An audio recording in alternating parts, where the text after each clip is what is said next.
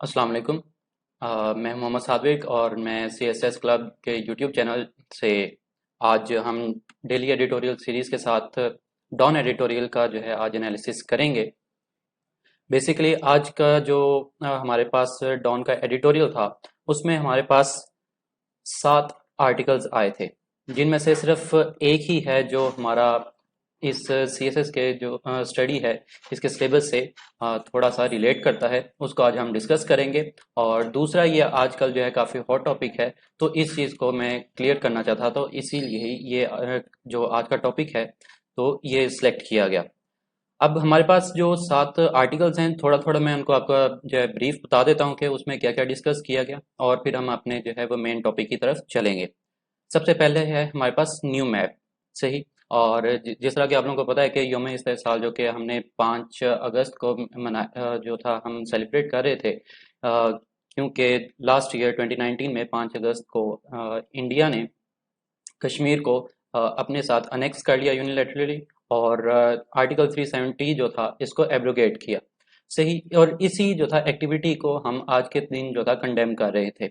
और इस एनिवर्सरी पे इमरान खान ने एक न्यू पॉलिटिकल मैप जो था, हमारे जो प्राइम मिनिस्टर हैं उन्होंने ये लॉन्च किया, और ये इसी के ऊपर ही इसमें कुछ डिबेट की गई है कि इसकी क्या क्या करेक्टरिस्टिक्स थी, उसको हम देखेंगे आगे चल के। नेक्स्ट आ जाता है हमारे पास PFUJ एट 70। ये आर्टिकल जो है हमारी इस कोर्स से जो है वो रिलेट नहीं करता, क्योंकि इसके अंदर बेसिकली बात की गई थी Pakistan federation of federational union of journalist की। ठीक है, कि उनकी 17th एनिवर्सरी है, और ये हमारे सिलेबस से रिलेट नहीं करता। नेक्स्ट बात की गई हमारे पास नीडेड रिफॉर्म्स की। नीडेड रिफॉर्म्स में बेसिकली जो चीज़ डिस्कस की गई थी वो ये थी कि हमारे पास कुछ अर्सा पहले एक न्यूज़ आई थी कि प्राइम मिनिस्टर ने हमारे पास कुछ जॉब्स थी, 17,000 प्लस जो जॉब्स थी उनको जो था डिस्कार्ड कर दिया, एबॉलिश कर दिया ये सीट्स। और इस चीज़ के ऊपर डिस्कस की गई कि ये एक रिफॉर्म्स की तरफ जो था ये एक स्टेप उठाया गया, लेकिन इसमें अभी काफ़ी जो है वो डिफ़िकल्टीज आएंगी, क्योंकि हम देख सकते हैं कि नैब के अंदर भी जो था कुछ इस तरह का स्टेप लेने की कोशिश की गई, और इसके अगेंस्ट जो था इसको स्टॉप करने के लिए, इसको रोकने के लिए काफ़ी जो थे वो कोशिश जो है की गई है इसको। नेक्स्ट चलते हैं हमारे पास bell edge of right. Bell edge of right, ये जो आर्टिकल है ये बेसिकली आई ए रहमान ने जो है इन्होंने पब्लिश किया है डॉन के अंदर। इसके अंदर जो बात की गई है कि हमारे पास बहुत सारे ऐसे जो हमारे बेसिक राइट्स हैं जिनको एक्सप्लॉइट किया जाता है, जिनमें से एक ऐसा राइट है कि जो हमारे पास प्रिजनर्स हैं, और अगर वो उसके अंदर केस के अंदर उनके खिलाफ कोई प्रूफ नहीं आता तो उनको बेल नहीं दी जाती। ठीक है, तो ये राइट जो है इनको दिया जाना चाहिए ऐसे जो हमारे पास प्रिजनर्स हैं। फिर है हमारे पास boom time blues. Boom time blues जो है इसमें खुर्रम हुसैन साहब ने जो बात की वो ये थी कि हमारे पास हम अपनी हिस्ट्री देख लें तो एक हमारे पास कंटिन्यूस जो है ये रिपीटिशन आती है कि जब भी हम IMF के पास जाते हैं तो हमारा जो ग्रोथ है वो जो ग्राफ है वो ग्रो करना शुरू हो जाता है, और जब हम IMF का जो है वो सारा लोन वापस कर देते हैं उसके बाद अगेन एक जो है वो डिक्रीज आता है, और फिर जो है हम वापस IMF के पास जाते हैं, और ये इसी तरह जो है हमारे पास सिलसिला चल रहा है।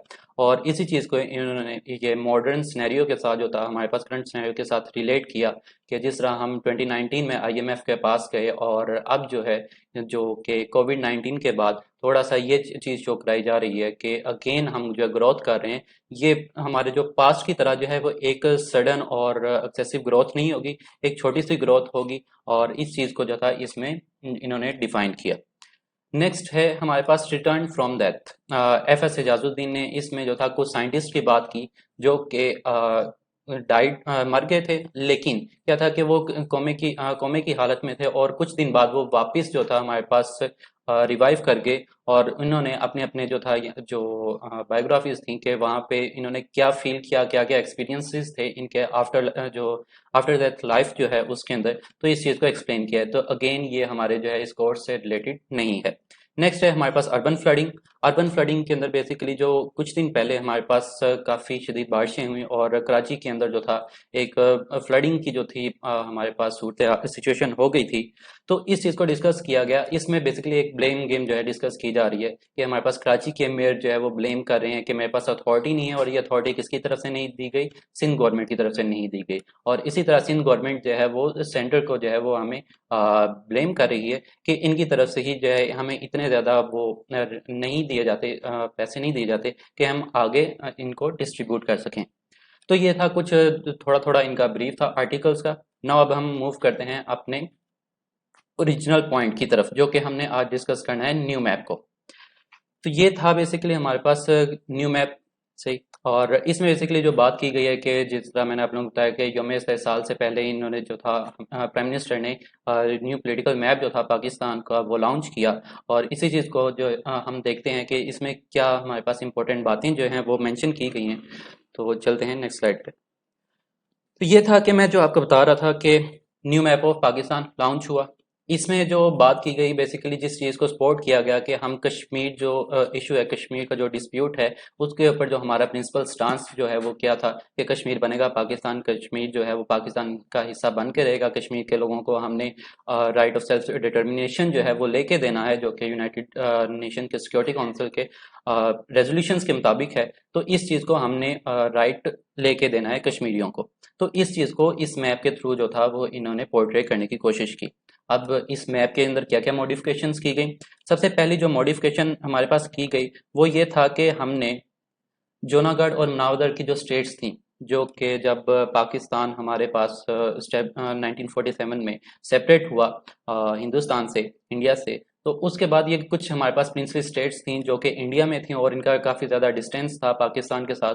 तो इसलिए जो था ये डायरेक्ट हमारे पास कोई बाय रोड इनका कनेक्शन नहीं था। तो इंडिया ने बाय फोर्स इनको अपने साथ जो था वो मर्ज कर लिया। लेकिन इनको आज इनका जो ये पॉलिटिकल मैप है इसके अंदर इन्हें पाकिस्तान का एक पार्ट शो कराया गया।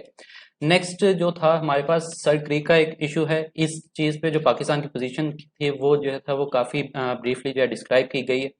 एंड थर्ड हम चलते हैं, जो कि सबसे मेजर इम्पोर्टेंट हमारे पास इशू है, वो बेसिकली है the inclusion of entire Jammu and Kashmir as region as a part of Pakistan. ठीक है, इस जो मैप है इसके अंदर जो इंडियन हेल्ड हमारे पास कश्मीर जितना भी है वो पार्ट, वो सारे का सारा एज ए पाकिस्तान का पार्ट जो इन्होंने शो कराया है। अब यहाँ पे एक और चीज़ जो मेंशन करता चलूँ कि इस पार्ट के अंदर जो चाइना को हमने एज ए गिफ्ट फ्रेंडशिप के तौर पे जो हमने गिफ्ट दिया तिब्बत का पार्ट, और दूसरा जहाँ पे आजकल इशू चल रहा है अक्साई चीन और लद्दाख का, तो ये इसके अंदर जो था इसको नहीं इन्होंने डिस्क्राइब किया। अब बात ये आ जाती कि ये मैप हमने क्यों आज की डेट में ये लॉन्च किया। ठीक है, अब ये थी कि ये बेसिकली जब इंडिया ने अनेक्स किया था कश्मीर को अपने साथ after the abdication of article 378, तो न्यू दिल्ली ने एक पॉलिटिकल मैप जो था, एडमिनिस्ट्रेटिव मैप जो था, वो इसको लॉन्च किया। और उसके अंदर जो हमारे पास ये कश्मीर जो है, जिसमें गिलगित बल्तिस्तान भी जो है हमारे पास और आज़ाद कश्मीर है, इसको as a part of India जो था वो शो कराया गया था। और वो मैप जो था उस वक्त चाइना, नेपाल और पाकिस्तान तीनों कंट्रीज ने जो था रिजेक्ट कर दिया था। अब क्या था कि आज एक जो था साल हमारे पास कंप्लीट हो रहा था इस सीज के। तो कश्मीरियों का साथ देने के लिए, उनका हौसला बढ़ाने के लिए ये हमने मैप लॉन्च किया। और इस चीज़ से ये बात जो थी वो वाज़ह की गई ये कश्मीरी अपनी डेस्टिनी जो है, अपनी मंजिल खुद डिसाइड करेंगे, और कोई और ताकत नहीं, कोई और ऐसी जो पावर नहीं जो उनकी जो डिसीजन के अगेंस्ट जा सके और अपना डिसीजन उनके ऊपर इम्पोज कर सके। ठीक है, और दूसरा जो लास्ट इसमें बात करता चलूँ कि बेसिकली इंडिया को जो था उसको डिग्रेड करने के लिए ये मूव जो था हमने ये स्टेप लिया। और बेसिकली ये एक साइकोलॉजिकल मूव है कि उनको भी थोड़ा सा डिस्टर्ब किया जाए। तो ये था आज का जो हमारा आर्टिकल। अब चलते हैं कि इस आर्टिकल में कुछ हमारे पास डिफिकल्ट वर्ड्स हैं, उनको देख लेते हैं हम अपने वोकेबलरी सेक्शन में। तो ये थे वो कुछ हमारे पास वर्ड्स जो कि हमने इसमें देखे। सबसे पहले है हमारे पास अनवील। अनवील का बेसिकली मीनिंग है रिवील, किसी चीज़ को जाहिर करना, राजफाश करना। सो इसके सिनोनिम्स क्या हो गए, रिवील, डिस्क्लोज और डाइवर्ज। नेक्स्ट है हमारे पास डेमोन्स्ट्रेशन। डेमोन्स्ट्रेशन का बेसिकली मीनिंग है हमारे पास कि हम किसी चीज़ को ऑब्जेक्ट करें, उसके ऊपर एतराज़ उठाएं। तो यहाँ पे आपके पास इसके मीनिंग और सिनोनिम्स में क्या आ गया, ऑब्जेक्शन एंड डिसअप्रूवल। देन हमारे पास आ जाता है कार्टोग्राफिक। कार्टोग्राफिक बेसिकली हम ऐसी स्टडी को या ऐसी प्रैक्टिसेस को कहते हैं जिसमें हम मैप मेकिंग जो है वो की जाए। तो इसकी एक बेसिक छोटी सी डेफिनेशन ये है कि cartographic is the study and practice of making maps. Then है हमारे पास स्विफ्टली। स्विफ्टली मीन्स आप किसी चीज़ को आसानी से और बहुत तेज़ी से कर जाते हैं, काम कर लेते हैं, या कोई भी चीज़ ऐसे जो तेज़ी से मूव कर जाए, तो उस वक्त आप उसको क्या करेंगे, उस वर्ड को डिस्क्राइब करेंगे स्विफ्टली। ठीक है, तो इसके सिनोनिम्स और मीनिंग्स में आ जाते हैं हमारे पास rapidly, fast and briskly. Then है हमारे पास फास्टरिंग, सॉरी फेस्टरिंग।